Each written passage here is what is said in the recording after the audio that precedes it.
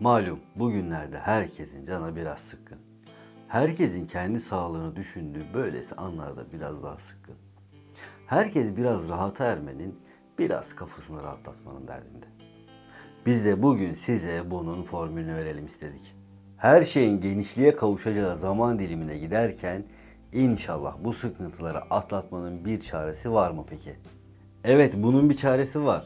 Hem de çok basit ama ilginç. Borç vermek.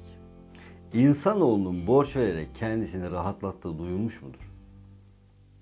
Üzerimizdeki bütün sıkıntıları atacak olan formülünüz bu muydu diyorsanız eğer, baştan söyleyeyim.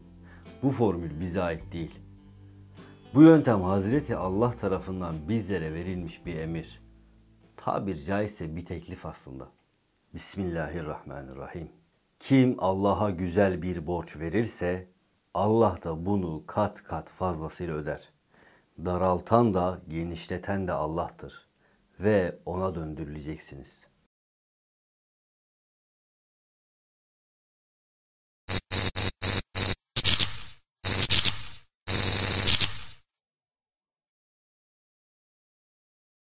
Hazreti Allah ehli imana nida ediyor.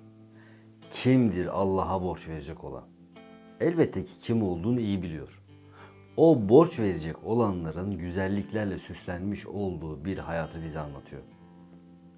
Verdiklerimizin birkaç katını geri vereceğini çok açık bir dille beyan ediyor. İnsan bu. Değeri katlanacak olan şeyleri bu dünyada elde edip bir anda bitirmek istiyor. Bu sebeple olsa gerek insana önemli bir uyarıda bulunuyor Hazreti Allah.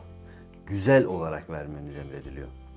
Vereceğimiz her ne varsa başa kalkmadan, kendimizi üstün görmeden vermemizi emrediyor.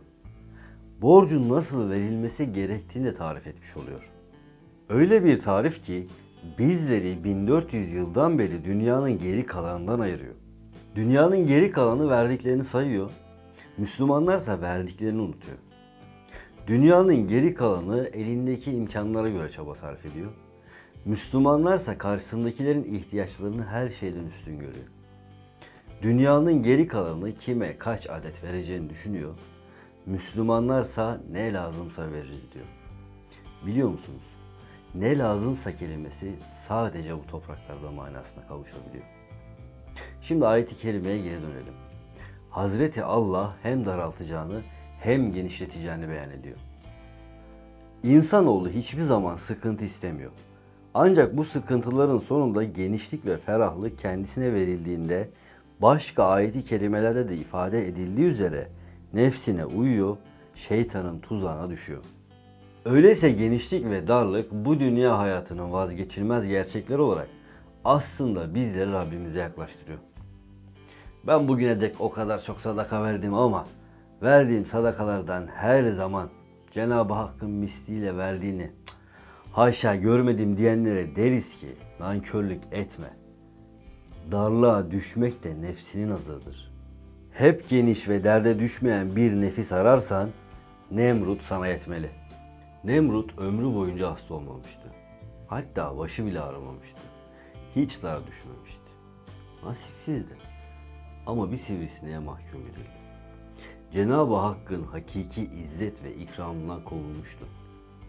Sen ol. Nefsinin sınırsız bir rahatlığa kavuşmasını talep etme. Sen nefsini rahat bırakırsan bil ki nefsin Rabbine isyan eder. Nefis bu, boş bırakmaya gelmez. Ey ehli iman, bir bak, biraz sıkılınca daha fazla anlar olduk nimetlerin kıymetini. Sokakta dahi daha rahat adım atabilmek aranır oldu. İnşallah bu sıkıntılı günleri de atlatırız. Ayet-i kerimenin hikmetince anlıyoruz ki biz birbirimize yaklaştıkça birbirimizi nefsimizle değil Cenab-ı Hakk'ın rızasına göre sevdikçe Allah-u Zülcelal'e yaklaşıyoruz. Evet, bugünlerde herkesin zorlukla imtihan olduğu, maddi olarak pek çok insanın mecburen evinde kaldığı, belki de açamadığı iş yeri yüzünden zor günler geçirdiği bir zaman dilimindeyiz. Bu sıkıntılı dönemde topraklarımızda diğer ülkelere göre daha kolay geçilen bu günlerde diğer kardeşlerimizi unuttuk biraz. Unuttuk sevmenin kıymetini. İşin hakikatine gelince, şimdi unuttuklarımızı hatırlama zamanı. Şimdi Cenab-ı Hakk'ın rızası için yardıma koşma zamanı. Şimdi Rabbimize döneceğimiz ana kadar unutmamamız gerekenlerle aynı yolda yürüdüğümüzü hissetmenin zamanı. Unutmayın ki cömertler olduğunda verenler değil, olmadığında da vermek için çaba sarf edenlerdir. Sevgiyle, cömertlikle, sağlıcakla kalın.